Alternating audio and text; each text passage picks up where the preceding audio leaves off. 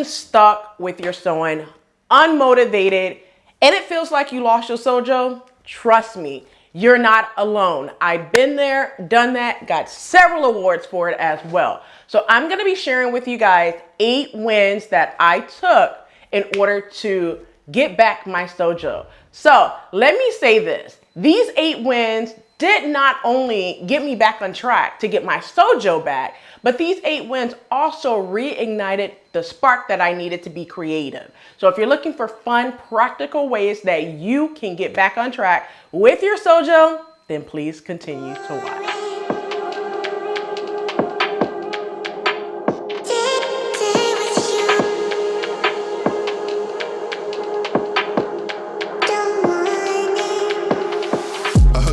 So let's start with something simple but super powerful. First, let's talk about reorganizing your sewing space.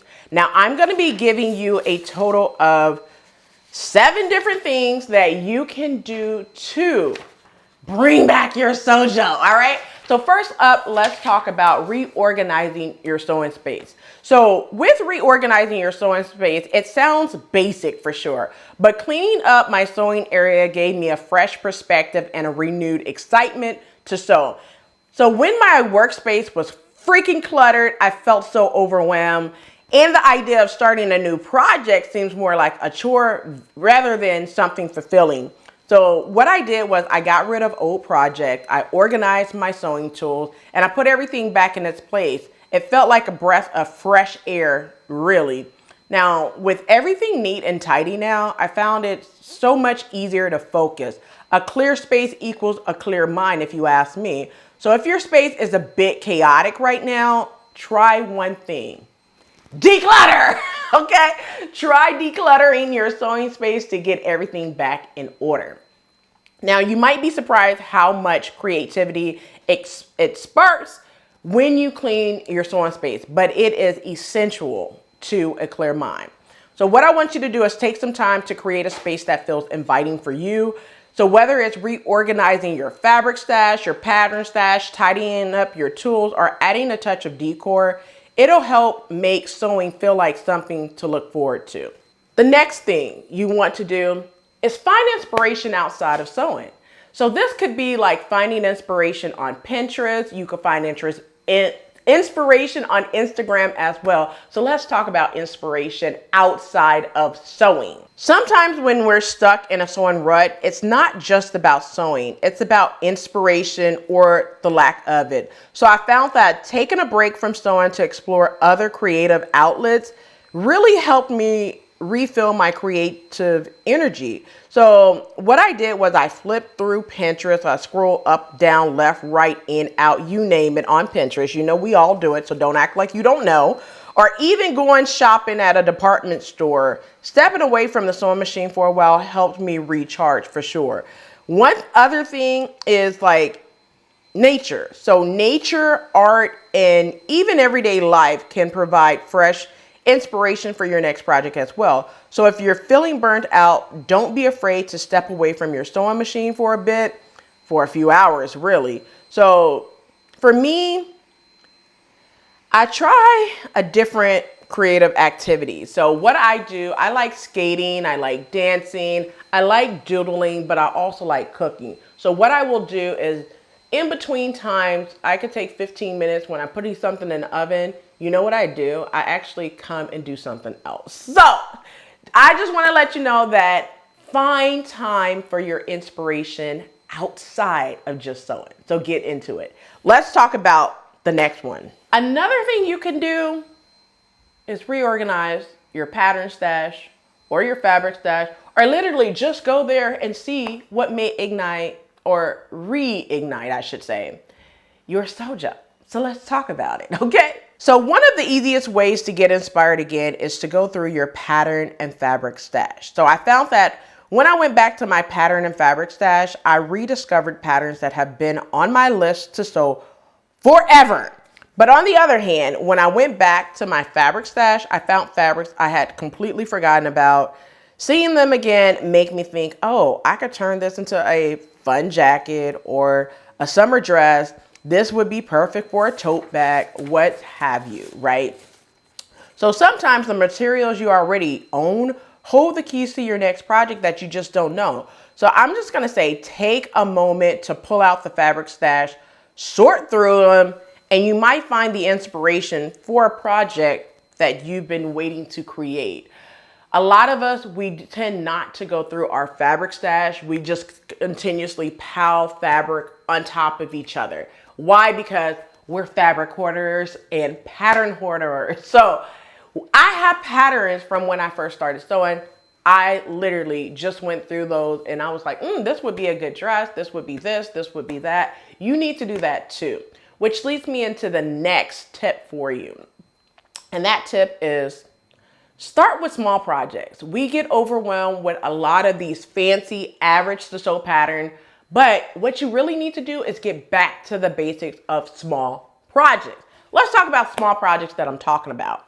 So if you're feeling intimidated or stuck in a bigger project, I recommend starting small projects. When I lost my sojo, I didn't jump into another huge project, complicated project with more than 7 pattern pieces right away. So what I did, I started with something simple. So I started with like a wristlet or a pair of elastic pants. It didn't require much planning or brain power whatsoever. It was just basically quick to finish. And best of all, it was super satisfying. So sometimes the key to getting your sojo back is just getting back to the basics. Like I just mentioned, pick a project that doesn't take much time or thought, and you'll feel a sense of accomplishment once it's done. So that little win might just be what you need to move on from a bigger project and get back to a smaller project, simply because those small projects, it's definitely a lot of win. And most people do not understand when I say it's best to sew one intermediate pattern and then go back to several patterns with like 7 pattern pieces or less. Why? Because it's so satisfying instead of continuously sew all of these dang patterns that's 11, 12, 13 pattern pieces. You know what you're going to experience? Burnout, and burnout equals loss of sojo. Let's get into the next tip where I'm going to be sharing with you guys how you can definitely join a sewing group or basically join some people, sew with friends. You can do all of those things. So let's talk about it. So one thing you want to do is limit yourself to a fun, quick challenge. So another fun way to get back into sewing is definitely to set yourself up with a time challenge. Now, I did this by giving myself just a couple of hours to complete a project. So what I did was I bought a challenge. By the way, I did one with Kris from Unsocial and my girl Dayana from 26 by Dayana. It's called Beat the Clock. So there was no overthinking, no second guessing, just straight up sewing. It was a great way to push myself without the pressure of perfection. So what I would say is definitely give it a try, set a 2-hour timer, and pick a simple freaking project. It's a fun way to boost your productivity and also creativity as well. So without getting bogged down with perfection, okay? Just set the timer and get to sewing. Stop thinking about, oh, I need this to be perfect. Because listen, practice do make perfect, but you know what? It's not about being perfect. It's about making progress. So set that 2-hour timer, or even if you do not have 2 hours, set a quick 30-minute timer. Put your phone down. That is another tip and a word. Put the phone down, cut off the computer, get unsocial, okay? And no, get unsocial, meaning stop going through social media. Your 30 minutes is your 30 minutes to sew. It's not 30 minutes to scroll, okay? Let's make sure we know that going into that time crunch, all right? Let's talk about the next tip, which I'm going to say sew with friends, which I have already said this, okay? So you definitely want to join an online community, or like I did, Beat the Clock is sewing with friends. So let's talk about how you can join these groups, where you could join the group, and lack thereof. So sewing doesn't always have to be a solo activity. I found that connecting with other sewers really helped me regain my motivation. Now, whether it's sewing with friends, attending a sewing event like your frock tales, your retreats, what have you, or participating in an online challenge. Having that sense of community can make sewing feel fresh and exciting again. So if you're struggling with motivation, try finding a local or virtual sewing group. Be sure to find your tribe. Share ideas, get feedback, and enjoy the process of sewing with others. It can make all the difference in the world. It doesn't have to be a solo event. It's basically just making sure that you enjoy the process. Sewing with friends for me is all about community. You're just building a friendship with someone who may be down the street from you, across in another state from you, across in another country from you. You just making sure that you build that connectivity with someone else. All right, let's get into the next one. And this is one of my favorite ones. It's basically try new techniques or skills that you have not tried before. That could definitely, spark some creativity. And what I mean with doing a new technique, that could be your zippers, that could be doing a collar, that could be doing buttons, that could be doing, anything really, plackets, because I did a video about plackets. It could be just doing something new that you haven't done. If you have never done something with elastic or a fly front zipper, having that new technique can spark new creativity. So let's go ahead and talk about it. So sometimes all it takes to get out of a sewing slump is to try something new. For me, it was learning how to work with another fabric and mastering new stitches on my machine. So trying a new technique gave me that sense of accomplishment and curiosity that I needed to get excited about sewing again. So if you're feeling stuck, challenge yourself to learn a new technique. Whether it's quilting, embroidering, working with different fabrics, it can definitely bring back that passion for sewing as well. And lastly, one thing I'm going to give you when you are definitely feeling like you lost your sojo, and this is what I did, because I'm going to break these down a little bit further coming up. But one thing I did was to do a reflection, like reflect on what you did. Like I'm doing right now, I'm reflecting on those 8 tips that I took to bring back my sojo and how you can too. So let's talk about how I reflect on the things that I did, like I'm sharing with you in this video. So sometimes the best ways to, reignite your passion for sewing is to simply reflect on how you started in the first place. For me, remembering the joy I felt when I first learned how to sew, how proud I was of those first few projects, even though all of those projects were definitely failed. However, it was just making sure I connect back to what made me start sewing in the first place. So it helped me connect with the love I have for creating new items with my hands. These are not going to the store, just buying items. It's taking the time to do something that you love. So take a moment to think about what got you into sewing.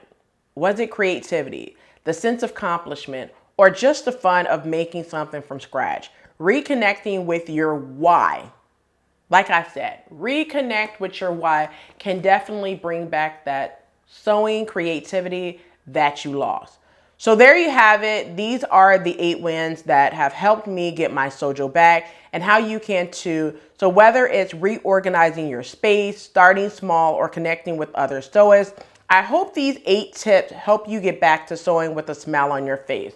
So there you have it. Those are the 8 wins that I did in order to get my sojo back, and how you can too. So if you found this video to be educational, inspiring, encouraging, and fun, please do not forget to give me 2 double thumbs up and subscribe below for more content like this of sewing inspirations and tips as well.